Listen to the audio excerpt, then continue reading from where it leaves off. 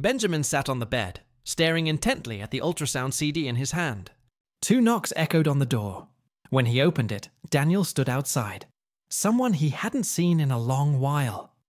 The man was bundled up in a huge white puffer jacket, looking like a snowman. But what caught the eye most was a chicken in his left hand and a duck in his right. The moment he stepped in, Daniel grumbled. "Why is your door so narrow?" "My chicken nearly exploded trying to squeeze through." Sure enough, the chicken in his grip clucked furiously in protest. Hearing the noise, Benjamin's cat, Lucy, darted out. Chaos instantly erupted. Chickens flapping, cats jumping, feathers flying. Benjamin stood there, dumbfounded. "What on earth did you bring those for?" Daniel reached out to feel his forehead. "So, you don't have a fever, so why are you spacing out like that?" "It's almost Lunar New Year, and your place looks so empty. No festive spirit at all. So I brought you some nutritional supplements." As if understanding the word nutritional, the chicken suddenly flapped its wings and landed squarely on Daniel's head, sending him stumbling while trying to hold both the chicken and the duck at once. After a messy struggle, he finally managed to get them settled. The two sat down on the sofa to talk. Benjamin remembered Daniel had been pursuing some CEO guy, so he asked curiously, "So, how's your grand love story going?" Daniel, who'd been smiling, suddenly went quiet. After a pause, he snorted. "Same old." "He's a rich company president, and I'm just a nobody. Not exactly a fair match. And to make it worse, there's some other guy chasing after him too." Benjamin's eyes lit up with interest. "Oh, who?" Daniel narrowed his eyes, his tone dripping with sarcasm.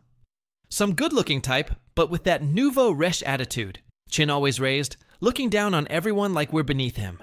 "Super annoying," Benjamin chuckled softly. "Sounds like serious competition to me." At that, Daniel sat up straight, determination blazing in his eyes. "No matter how tough it gets, I'll win him over. Felt I, Daniel, was born to be his exclusive juicer. No one's stealing that title from me." Benjamin burst out laughing. "All right then, best of luck, Mr. Juicer." Daniel grinned, then changed the topic. "What about you? Planning to spend New Year's alone again? Parker's not coming over?" Benjamin hugged his cat and smiled faintly. "He's got his own work to deal with. I don't care whether he comes or not." Daniel looked at him seriously. "You really don't have any feelings left for him?" "The two of you talk like you're done, but I doubt it's that simple." Benjamin smiled, but it didn't reach his eyes. 5 years of love didn't work out. You think less than a year apart will change that? Now I've got my job, my cat, and a baby on the way. A lousy man isn't worth the trouble." Daniel nodded, clearly impressed. Before catching his train, he reminded, "Keep an eye on the financial news in the next few days. Something interesting's about to happen." After seeing him off, Benjamin opened his phone and froze. Michael's company stock had plummeted for several days straight. Real estate projects were suspended. Investments ran dry. He frowned. "I'd weird. Didn't Parker keep pouring money into that company? How did things turn out like this?" Clearly, something wasn't right. The following days, snow kept falling thick, and the cafe stayed quiet. Benjamin took his morning slow. While making breakfast one day, his phone rang. An unknown number. "Hello?" "And it's me, Henry." Henry had been stopping by the cafe every day for coffee. They'd grown familiar over time. "Oh, it's you." "Thought it was spam. What's up this early?" A warm laugh came from the other end. "You should be opening the shop by now, right? I'm standing outside, but you're not here." "I wanted a cup made by you." Benjamin, flipping a pancake, froze. "You could have just asked the barista inside to make it." "No, I only want yours. Coffee you brew has a special taste. No one else can match it." Hearing that, Benjamin blushed a little, smiling shyly. "All right, give me a minute." "I'll be right there." He hung up, then immediately another knock came. "Who is it?" "It's me, Parker." Benjamin's eyes widened as he yanked the door open. "You again. Don't you have a life? Why do you keep pestering me every day?" Parker, now an expert at enduring verbal attacks, simply said calmly, "You free this afternoon?" "I want to take you shopping for baby stuff." "That's part of my responsibility, according to the contract." Benjamin narrowed his eyes. "You actually agreed to sign it?" "Yeah, but we still need to discuss some terms. If you come this afternoon, we can finalize it." Benjamin thought for a moment, then nodded. "Fine, The sooner the better. But Parker still didn't leave. His face reddened slightly as he said awkwardly, could you help me tie my tie? I'm busy. Benjamin refused flatly, and so began another episode of his pitiful act. Parker raised the hand that had once been caught in a door, looking pitiful. It still hurts. I can't do it myself.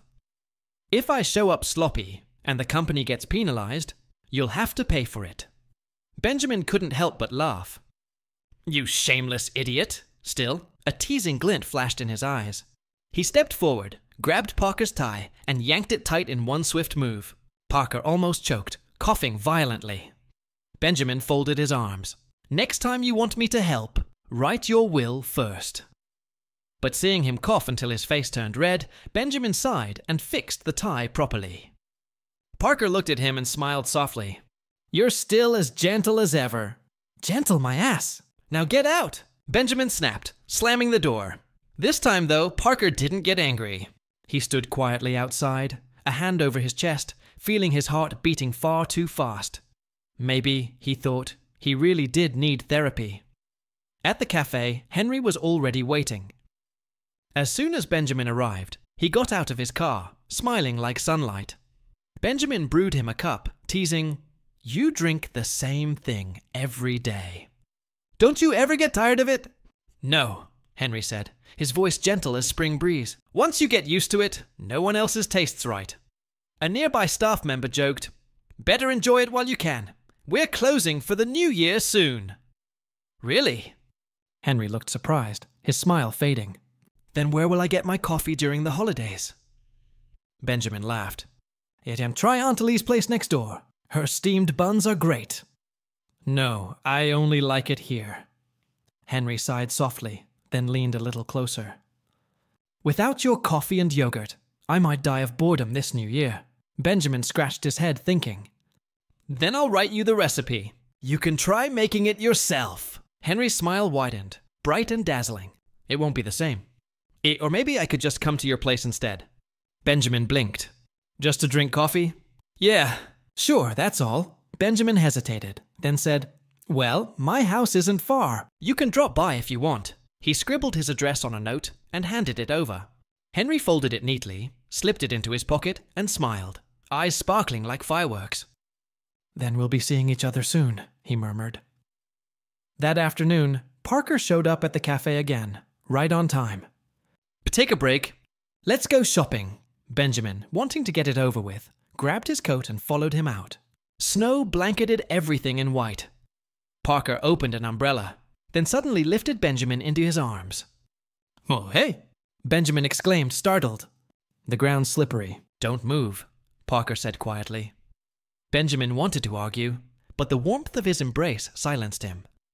They arrived at the mall. The maternity and baby section was completely empty. Benjamin frowned. Don't tell me you rented out the whole floor? Just for half a day, Parker said casually. Benjamin couldn't help but laugh. Rich people really do live on another planet. He turned away to pick items, leaving Parker alone. When he looked back, Parker was standing by a shelf, seriously examining a baby bottle. For once, his expression was soft, almost tender. Benjamin found himself pausing, smiling faintly without realizing it.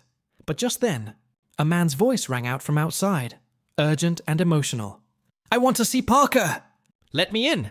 Michael, once so arrogant, now looked utterly pathetic. He was crying loudly at the entrance of the shopping mall, demanding to see Parker. Parker simply lifted his hand, signaling the bodyguards to let him in. Michael bit his lip hard, forcing himself to appear calm as he stiffly took one step after another toward them. And right there, in front of everyone, thud! He dropped to his knees. Benjamin was startled.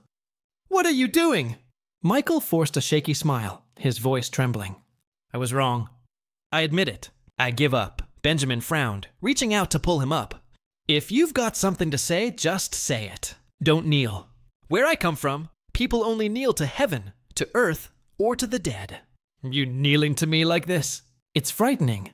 But Michael refused to stand. Tears streamed down his face as he begged again and again for forgiveness. Please, please spare the Michael family. Give us a way to live. Benjamin immediately understood. He had been dragged into this mess for no reason. Annoyed, he shot Parker a look. I don't know what you've done, but you deal with it yourself. Don't push your decisions onto me. I've had enough of other people's grudges. Parker nodded. All right, go check if there's anything else you need to buy. I'll handle this. As soon as Benjamin walked away, Michael collapsed further, sobbing uncontrollably. Parker, please, have mercy on us. I was foolish back then, not in my right mind. Parker sighed, his tone still cold. Do you realize what would happen if I turned over the recordings and the evidence to the prosecutors? Michael's fingers trembled violently. He knew Parker still had a shred of feeling left. Otherwise, he would have destroyed him already. But deep down, Michael still refused to give up. He stubbornly believed Parker still had feelings for him, that Benjamin's pregnancy was the only reason Parker hesitated. His voice shook. Please, just this once. I can have a child too. We can do in vitro fertilization. Can't we? Parker froze for a moment, then gave a cold, bitter laugh. A smile stripped of all warmth. Enough. Don't make me despise you any more than I already do. Michael, if you're a man, have some dignity. At those words, Michael's body went limp. He crumpled completely, sobbing in despair. Meanwhile, Benjamin was frowning at the overflowing shopping cart. Why are you buying so much? This is still not enough, Parker said casually. We'll need all of it anyway. Benjamin shot him a glare. What, too much money and nothing better to do? Why don't you just buy a few houses for the baby while you're at it? Parker nodded seriously. That's actually a good idea, Benjamin nearly choked. You're seriously ill, you know that? From afar, the faint sound of sobbing still echoed. Benjamin's face darkened. You're the one behind Michael's downfall, aren't you? Parker didn't deny it. Benjamin gripped the plush bear in his hands, his voice hoarse. Are you always this cruel to everyone? Parker's hand, still holding a bottle of lotion, froze mid-air. Personally, I've already gone easy on him. But in the business world, once you lose credibility, no one will invest again. Benjamin took a slow breath. Aren't you afraid of hurting people? Parker gently lifted a hand, brushing his thumb against Benjamin's cheek. His tone softened, but the words were steady. There's nothing left between me and Michael. You can rest assured of that. Then he looked into Benjamin's eyes, hesitating before continuing. If I said, I regret it, would you believe me? Benjamin stiffened. Regret? Because I'm carrying your child? No! Parker grabbed his hand, voice suddenly desperate. Not just because of the baby, because I still love you. The person I've loved from beginning to end has always been you. Benjamin looked at him and saw only a man who still didn't understand his own heart. He sighed softly. Parker, you always confuse your emotions. You don't even know what you really want. Parker opened his mouth to protest, but fell silent instead. After a long pause, he whispered, Then, in your heart, is there truly no trust left in me? Benjamin patted his shoulder lightly. Good, you're finally starting to realize something. Yes, it's all gone. Parker said nothing. His eyes dimmed, his emotions tangled. Love, regret, helplessness, all knotted together. A few days later, while at the hospital, he used the chance to ask Benjamin's doctor about his condition. By rule, doctors couldn't reveal patient details. But since he was Benjamin's friend, the doctor finally decided to be honest. Parker, don't you think Benjamin endures too much? He gets hurt and doesn't complain, gets slandered and stays silent, gets abandoned and still endures it quietly. He's never shown his true feelings to anyone. Parker froze. Memories stabbed through him like shards of glass. The doctor sighed. There's a condition called smiling depression. People who always act cheerful and strong, but inside they're shattered. I think Benjamin is exactly that kind of person. Parker felt a chill spread through his chest, like a blade slicing open his heart. He remembered every silent moment, every forced smile Benjamin had shown him. The pain was suffocating. The doctor's tone turned sharp. You said you're upset, but exactly why? Because he doesn't cook for you anymore? Because he doesn't tie your tie? Or because he doesn't love you anymore? Parker couldn't answer. He lowered his head, hands clenched tightly. Be honest, the doctor pressed. If you two lived together again, and you were the one doing all the housework, would you still feel uncomfortable? In Parker's mind suddenly appeared a vivid image. Benjamin. The baby and the little cat living together under the same roof. Sunlight flooding the room, laughter echoing through it. His heart trembled, as though a dark room had been thrown open to the light. "No, I wouldn't feel uncomfortable," he whispered. "I'd actually look forward to it." The doctor smiled gently. "Good. At least now you're beginning to understand your own heart. So tell me, are you hurting because you lost convenience or because you lost love? Can you truly say you don't care about Benjamin anymore?"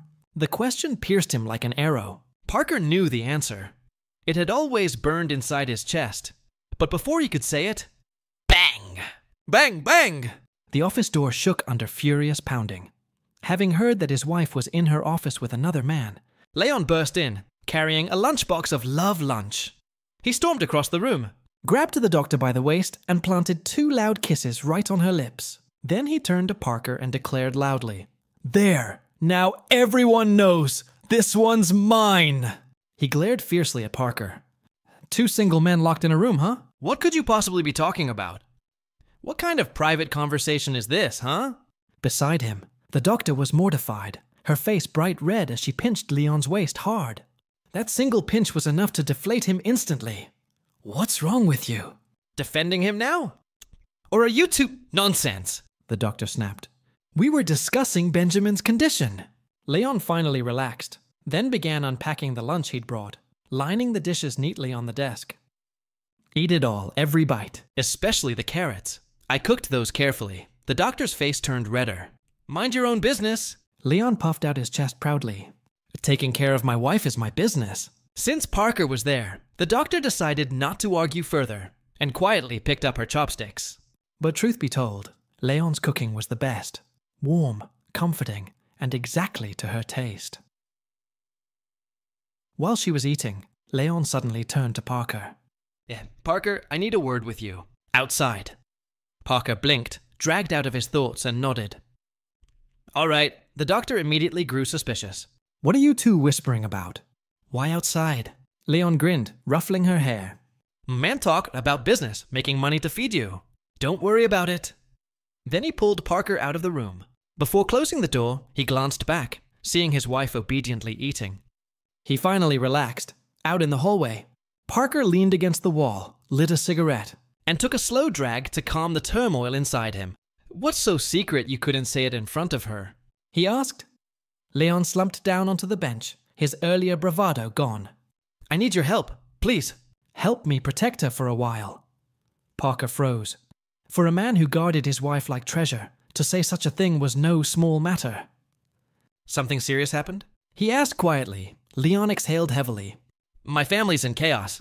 There's a power struggle going on. My father found out about me and the doctor. He's furious. Everything's falling apart. I used the chance to kick out the snakes from the company, but Jack, that bastard, took the money and ran." Parker remembered the name. "Jack? I've heard of him. I'll have someone look into it." Leon handed him his phone, showing a photo. It was a heavily edited image of the doctor, cruelly altered. Clearly a death threat from Jack. Parker was so shocked the cigarette slipped from his fingers. He immediately understood how serious this was. Leon, one of the most respected businessmen in the circle, was now forced to beg for help, just to keep the woman he loved safe. "Parker, please, I'm counting on you," he said quietly. Parker nodded, returning the phone. "I'll handle it." "But keeping it from her won't be easy." Leon smiled faintly. "Don't worry, I have my ways." They spoke for a few more minutes before Leon returned to his wife's office. Just then, Parker's phone rang. It was an unfamiliar number, the voice on the other end trembling with panic. "Parker!" A gang came and trashed the cafe. They smashed all the windows. Parker's expression darkened instantly. "I'm on my way." He raced to the cafe. The scene that greeted him made his blood boil. Shattered glass, overturned tables, chaos everywhere. He rushed inside and saw Benjamin quietly setting a chair back upright. The staff spotted Parker and called out, "Parker!" But Benjamin didn't react. His face was eerily calm. Too calm. Parker strode over, scanning him from head to toe. No visible injuries. He finally exhaled. "What happened?" he asked the staff.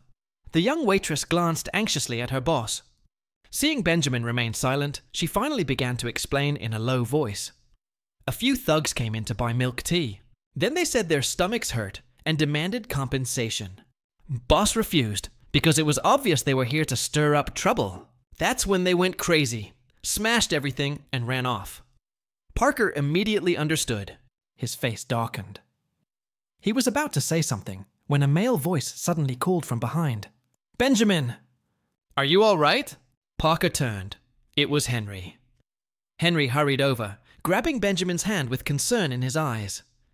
The gesture made Parker's expression instantly turn cold. Benjamin gently pulled his hand back, forcing a tired smile. "I'm fine. Just need to clean up a bit." Then he turned to the waitress, speaking softly.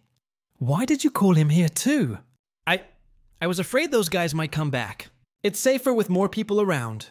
Benjamin didn't blame her. He simply nodded and told everyone to head home early. The waitress hesitated, but seeing two tall men still in the shop, she eventually left, feeling somewhat reassured. Only 3 people remained. Benjamin turned to Henry. "You should go too." "I can handle the cleaning." Henry shook his head. "It's fine. I'll stay and help." What exactly happened anyway? Benjamin briefly recounted the story, while Parker stood silently by the counter, his expression growing darker with every word when Henry said, "I'll help you investigate this." Parker finally couldn't hold back anymore. "No need. I'll take care of it." Henry met his gaze calmly and extended a hand. "Henry!" The 2 men shook hands, but their eyes clashed, like blades hidden behind polite smiles. "I'll handle this," Parker said coldly. "Thanks, but you should rest." Henry didn't back down. "Benjamin's not in the best condition right now. If I stay to help, what's the harm?" Parker's eyes turned colder. "No need. The child is mine. My staying here is enough." Henry clearly caught the implication, but he didn't flinch. "The more exhausted a person is, the more they need people around them. You don't have the right to stop others from caring about him." The tension between them thickened, words sharpening like knives. It felt as though a single spark could ignite an explosion.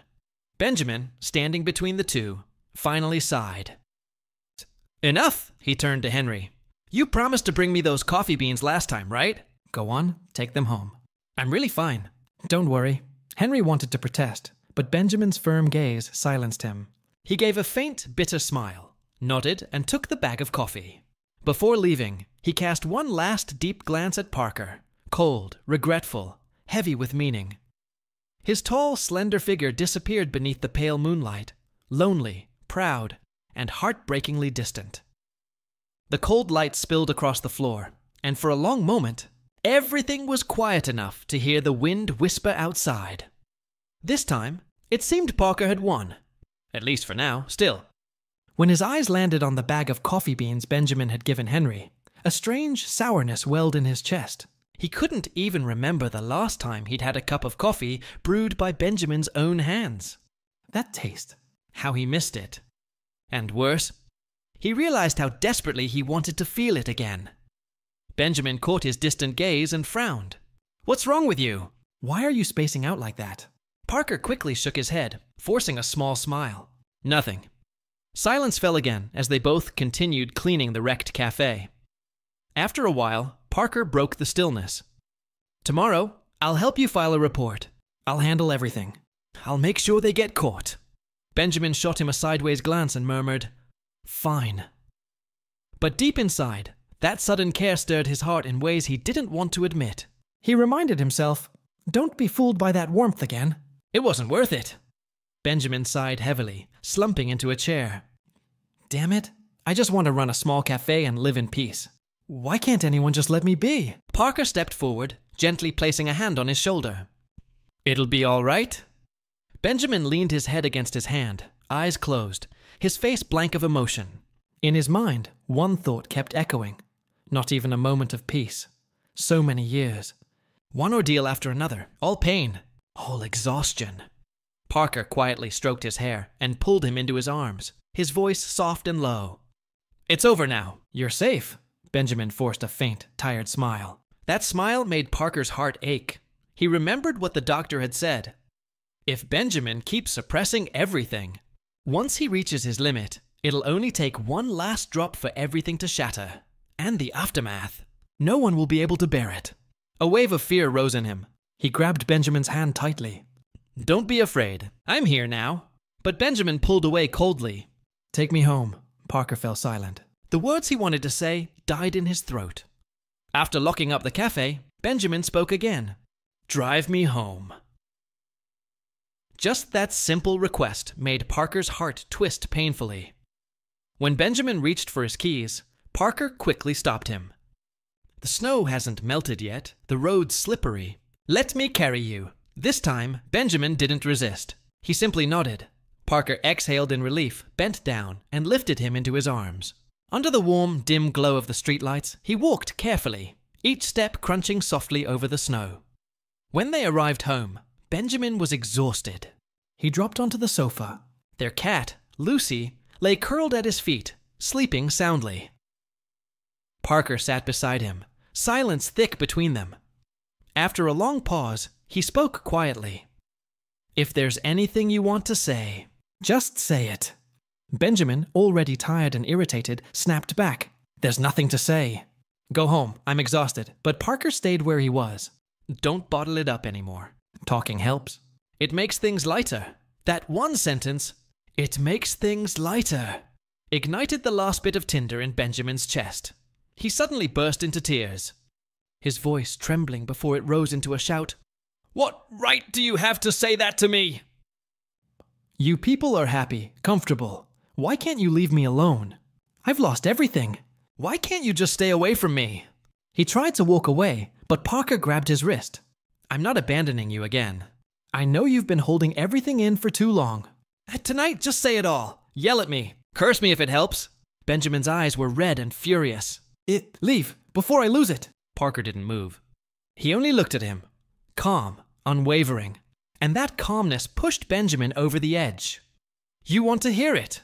Fine, I'll curse you till you die. Lucy the cat jumped in fright, tail puffed up, growling softly.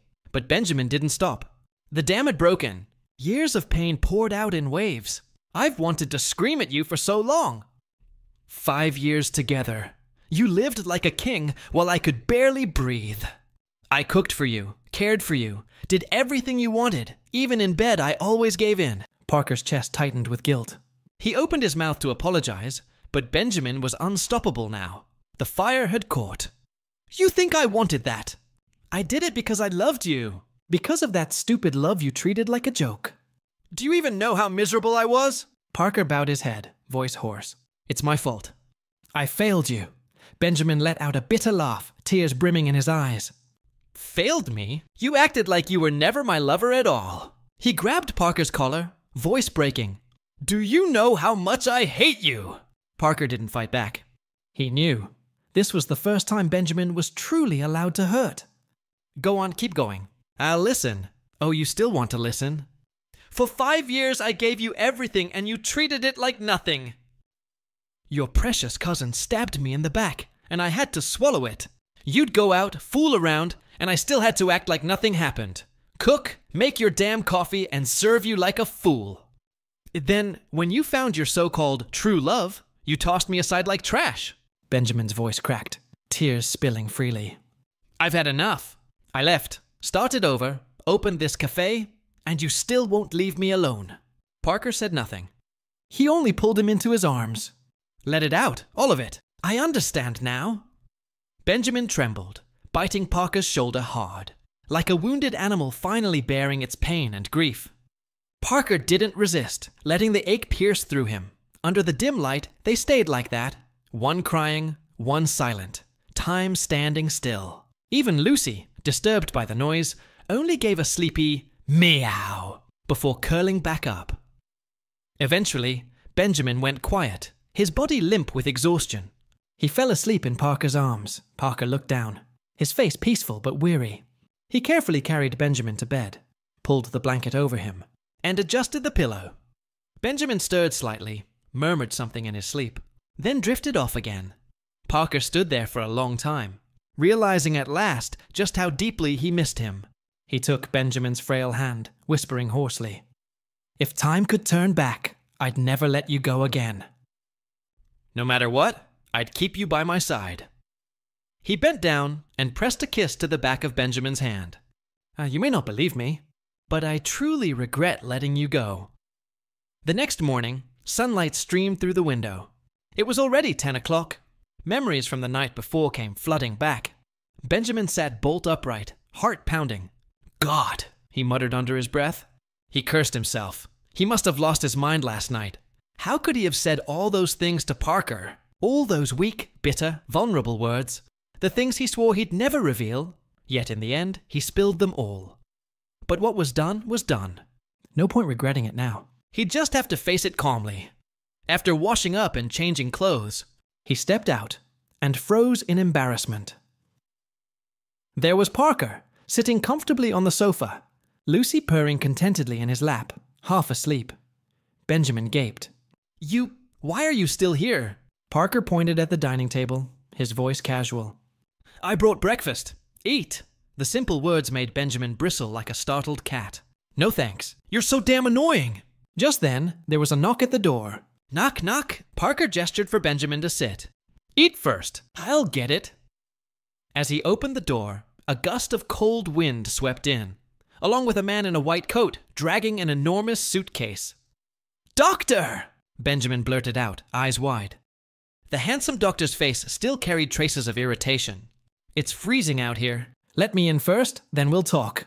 He hauled the suitcase inside and, without a word, began unpacking. Toiletries, clothes, even medical equipment. Benjamin stared, dumbfounded. "Hey, what do you think you're doing?" The doctor wiped his forehead, sighing in relief. "Sorry to intrude, but from today onward, I'll be staying here for a while." "What?" The sudden declaration from a near stranger made Benjamin freeze. "Staying? Here? Why?" While unpacking his things, the doctor explained calmly. "Why are you even asking? Just look at your belly. In a few short months, you'll be giving birth. I'm the physician, specially assigned to your care, so of course I need to stay nearby to monitor your condition." Benjamin shot a cold glare at Parker. "This is your doing again, isn't it?" Parker didn't deny it. He merely nodded with composure. "I hired a professional medical team. The doctor here is in charge. I just want to make sure you and the baby are safe." Benjamin shook off his hand, gritting his teeth. "That's enough." Then he turned to the doctor. "And what about your husband, Leon? That clingy guy of yours actually lets you move out?" Just one sentence, and the doctor immediately scowled. "Don't even bring him up."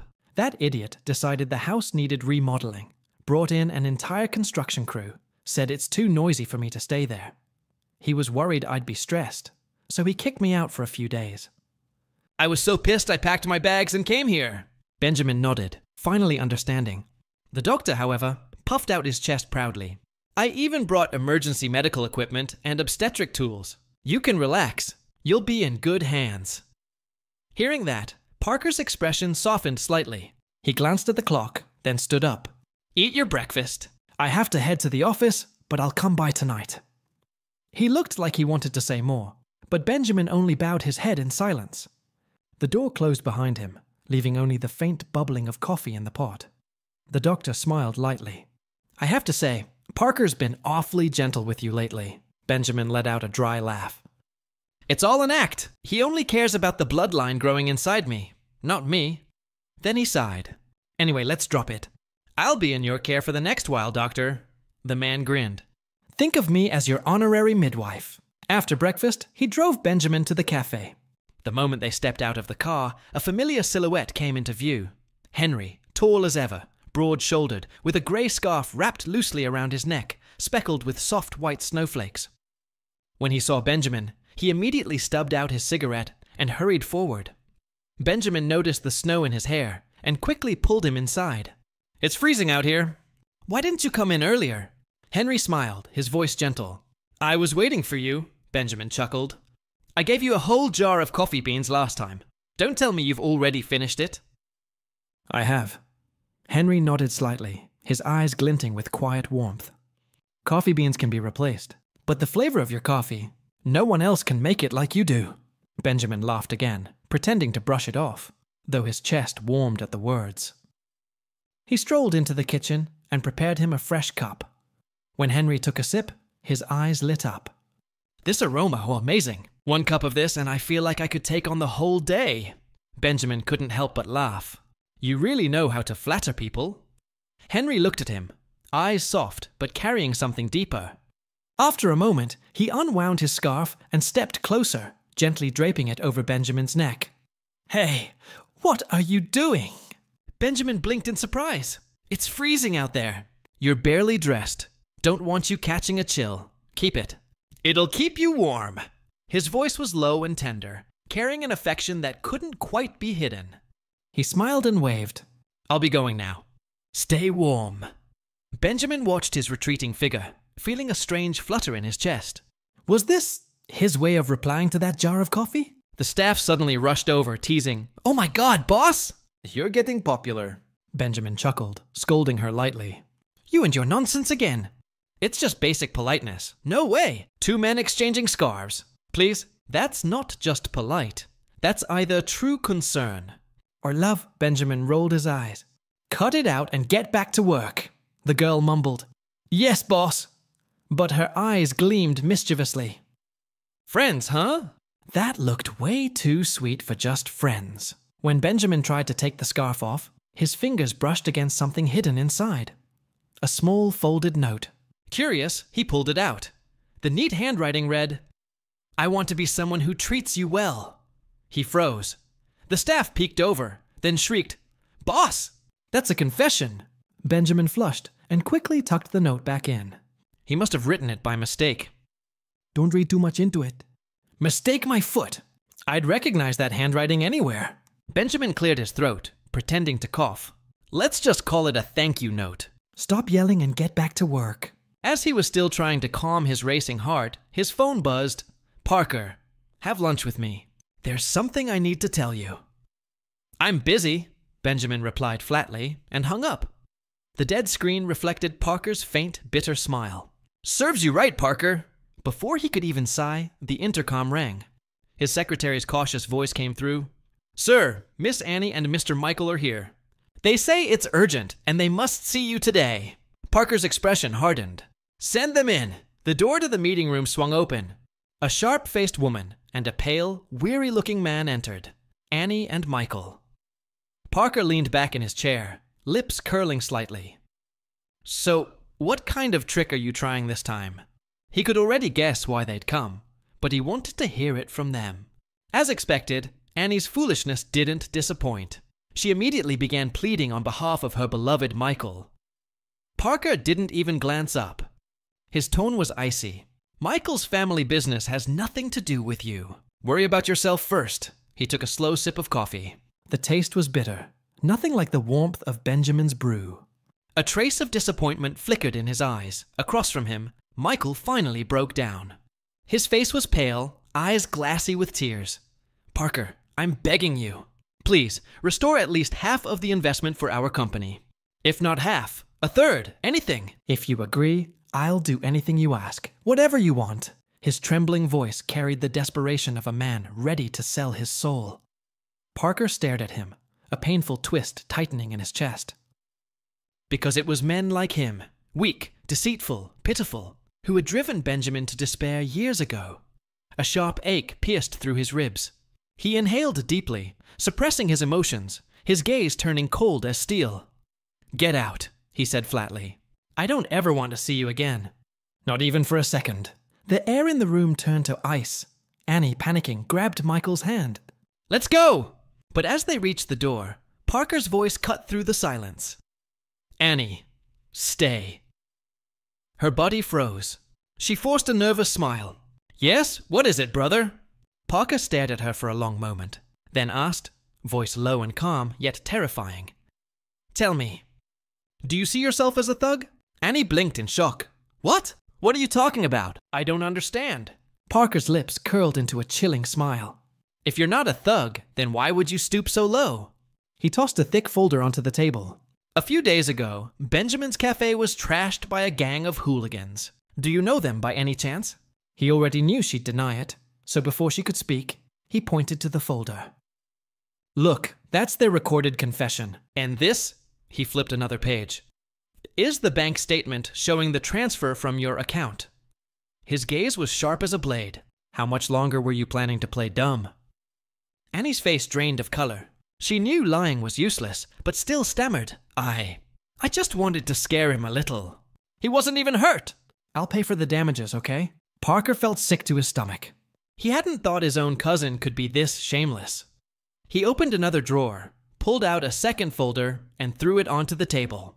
You really are a fool. You thought Michael was a decent man? Take a good look at the kind of trash you've been defending. Annie's trembling hands opened the file. Her eyes widened. Inside were detailed records of Michael's crimes, schemes, and betrayals. Each page struck like lightning. She froze, then crumbled. Anger, shame, heartbreak all crashing over her at once until she could barely breathe. Parker knew his point had been made. His voice turned low, final. Now it's your turn. Tell me, what other good deeds have you done? Annie's lips quivered. I just acted on impulse. I didn't mean to. Parker cut her off with a cold, unfeeling stare. You really don't know what regret means, do you? He picked up the phone. Starting tomorrow, I'll have your allowance terminated. You'll find your own way to survive. Start from the bottom, like everyone else. Annie's eyes went wide in horror. No, you can't do that to me. I've never lived like that before. She sobbed, pleaded, even dropped to her knees, but Parker remained unmoved. He simply turned away. This conversation is over. Just then, Anna's voice came through the intercom again. Sir, your lunch has been prepared. Parker straightened his shirt cuffs, shot Annie one last cold glance. I hope this serves as a lesson. Then he walked out, his steps firm and steady. He drove straight to Benjamin's cafe. On the passenger seat beside him, a luxurious lunchbox. Benjamin was resting his chin on his palm, gazing absently out the window. When he saw Parker walk in, he froze in surprise. Why are you here again? Parker strode straight to the counter, opened a lunchbox, and the warm aroma instantly filled the cafe. I brought you lunch. Eat it while it's hot. Benjamin's tone was cold. No need. I already ordered something. Parker's voice was calm and patient. Food from outside isn't guaranteed to be clean. The doctor said you need proper nutrition. Despite his cold facade, Benjamin's stomach betrayed him with a loud grumble. Parker chuckled softly. Stop being stubborn and eat. Do it for the baby, at least. That last sentence hit Benjamin right where it hurt. With no better excuse, he grabbed the chopsticks and began eating in silence. The food was expensive and annoyingly delicious. Parker watched him, a trace of warmth flickering in his eyes. How does it taste? Benjamin tried to sound indifferent. It's fine. But the way his cheeks puffed up as he chewed made that lie painfully obvious. Parker couldn't help but laugh, reaching out to ruffle his hair. Falk, I'll have a nutritionist make you a personal meal plan from now on. Benjamin said nothing, just kept eating quietly. When the meal was over, Parker hesitated before speaking again. The nursery's ready. At my old villa. Benjamin looked up, voice calm. I see. I'll prepare one here too. Parker frowned slightly. You don't need to. Why don't you just move in with me instead? Benjamin stood up abruptly, his expression hardening. No, we've already discussed this. We can raise the child together, but we won't live together. Each of us will have our own life. That's the boundary. Parker tried to persuade him. It'll be tiring for you to travel back and forth. I said no. Benjamin cut him off coldly. Go home. I don't want to repeat myself. Parker sighed and raised his hands in defeat. All right, but I'll pick you up tonight. You should at least see the room once, that evening. A sleek black car pulled up in front of the cafe. Parker stepped out, tall, broad-shouldered, effortlessly striking. Passers-by couldn't help but stare. Benjamin rolled his eyes. You really can't go anywhere without causing a scene, can you? Before getting in, he made sure to confirm. We look at the room, and then I go home. Deal? Deal, Parker nodded, even going so far as to adjust Benjamin's coat for him. At the villa, old butler Lee was already waiting at the door. As soon as he saw them, his eyes lit up. Young Master Parker. Oh my, and Benjamin too. His voice trembled with excitement. I heard the good news. To think I'll get to see the little one born soon. It's such a blessing. Benjamin smiled softly. It's been a long time, Uncle Lee. You look well. The warmth in the air made even the old man's eyes misty. Parker, a little impatient with the emotional reunion, cut in. You two can catch up later. Let me show him the nursery first. He opened the door, and a soft golden light spilled into the hallway. Benjamin froze. The room wasn't just furnished. It was lovingly crafted. The paint, the toys, the padded corners on every table edge. Every detail spoke of care and thought. The scent of fresh wood and baby powder mingled together, creating a warmth that seeped right into the heart. Benjamin turned to Parker with a faint smile. You really put a lot of heart into this. That smile, so gentle and fleeting, made something inside Parker melt. For a moment, he almost believed they were a family again. Benjamin rested a hand on his belly, his gaze softening. A small flicker of longing stirred quietly within him. When Benjamin returned home, the doctor was already lounging on the sofa, sipping tea. They chatted briefly about the day. Benjamin told him about Parker preparing the nursery. The doctor smiled knowingly. Looks like Parker's changed a lot, much more mature than before. Benjamin nodded slightly. Maybe. But who knows what'll happen next? The doctor sighed. Then mentioned how Parker had come to see him the other day. How the man had insisted on hearing Benjamin's true feelings. Not out of curiosity, but to give him a chance to vent the pain he'd buried for so long. Hearing that, Benjamin's eyes wavered. The doctor could only sigh again. You two are such a tangled mess. I don't even know where to start untangling you. Just then, his phone rang. Leon's voice came through, sweet enough to give anyone cavities. I was driving, but I kept missing you so much I had to call, just to hear your voice. The doctor groaned. Where are you now? What are you even doing? You're impossible, you know that. Leon chuckled softly, his voice dripping with affection. Then scold me all you want when I get back. I'll take the punishment gladly. Sitting nearby, Benjamin almost choked on the flood of sugar. But before the doctor could reply, Leon's voice suddenly vanished. Only the sound of howling wind and ragged breathing came through the line. A chill of dread ran down the doctor's spine. Leon! Leon! Can you hear me? Then, a deafening boom. The world seemed to collapse in that instant. When he saw Leon again, the man was unconscious, covered in blood. Being rushed into the emergency room, the doctor stood frozen, trembling all over. He turned to Parker, his voice shaking. Wasn't he supposed to be abroad? What are you all hiding from me? Parker frowned. This isn't the place. Come with me. In the private room, the doctor snapped. Tell me, what happened? Parker placed a hand on his shoulder. Calm down. There's an explanation for this. But to someone terrified of losing the person they love, calm down meant nothing. I don't care about explanations. Just say it. Finally, Parker told him everything. The power struggle, Jack's betrayal, and the death threat that had put Leon's life in danger. By the time he finished, the doctor's eyes were bloodshot, his tears already streaming. Parker sighed. We've been monitoring him for days. We almost caught the man, but Jack chose to go out in flames, trying to drag Leon down with him. The doctor staggered, the world spinning around him.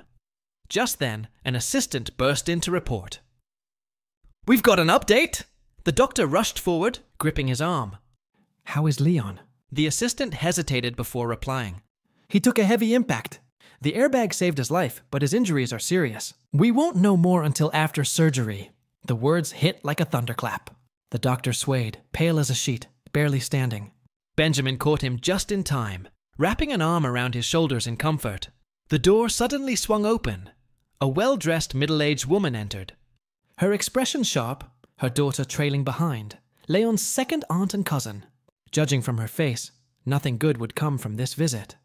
I heard Leon was in an accident, she said coldly. How's he doing? Parker's assistant repeated the situation briefly. Her face turned a shade paler, but her eyes glittered with calculation.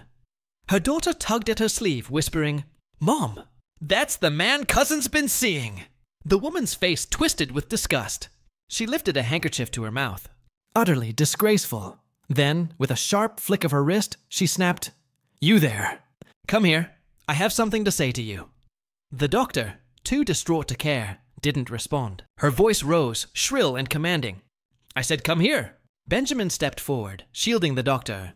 Whatever you have to say it to me. The woman narrowed her eyes, her tone venomous. So you're the one sleeping with my nephew, huh? Our family will never accept a man in our house. You'd better get out of here before I throw you out myself. The air froze instantly. The doctor lifted his head, his eyes as cold as ice. I'll leave, he said evenly, but only after I see Leon walk out of that room alive. No one had ever dared speak to her that way. The second aunt's face turned red with fury as she shouted, "Guards! Throw him out right now!" Benjamin immediately stepped in front of the doctor like a mother hen protecting her chick.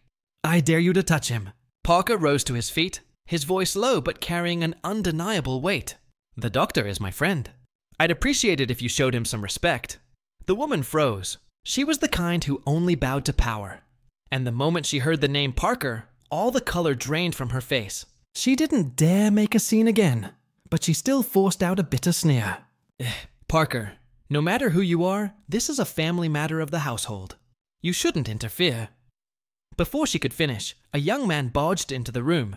Her son, his expression arrogant and hostile. He jabbed a finger at the doctor. It's filthy men like you that disgrace our family name. Before anyone could stop him, the doctor's fist connected squarely with his face. Jack stumbled back, clutching his cheek, screaming in outrage. You hit me? The doctor roared, his eyes blazing red. You think I don't see through your rotten schemes? Jack's lips curled into a smirk, all pretense gone. So what if you do? He spat. If my brother dies, his shares will belong to us anyway. The words poured gasoline onto a raging fire. With a shout, the doctor lunged forward, hands clamping around Jack's throat. He's still in surgery, and you're already wishing him dead? I'll kill you myself. Chaos erupted. Parker, Benjamin, and the assistant rushed forward, trying to pry them apart. Just as the situation threatened to spiral completely out of control, the door to the hospital room suddenly swung open. A tall man in a black suit stepped inside, his presence sharp and commanding, his voice deep and resonant like thunder. Enough! The second aunt froze for an instant. Then her expression shifted from shock to delight. Clearly this man was the piece she had planned to move all along.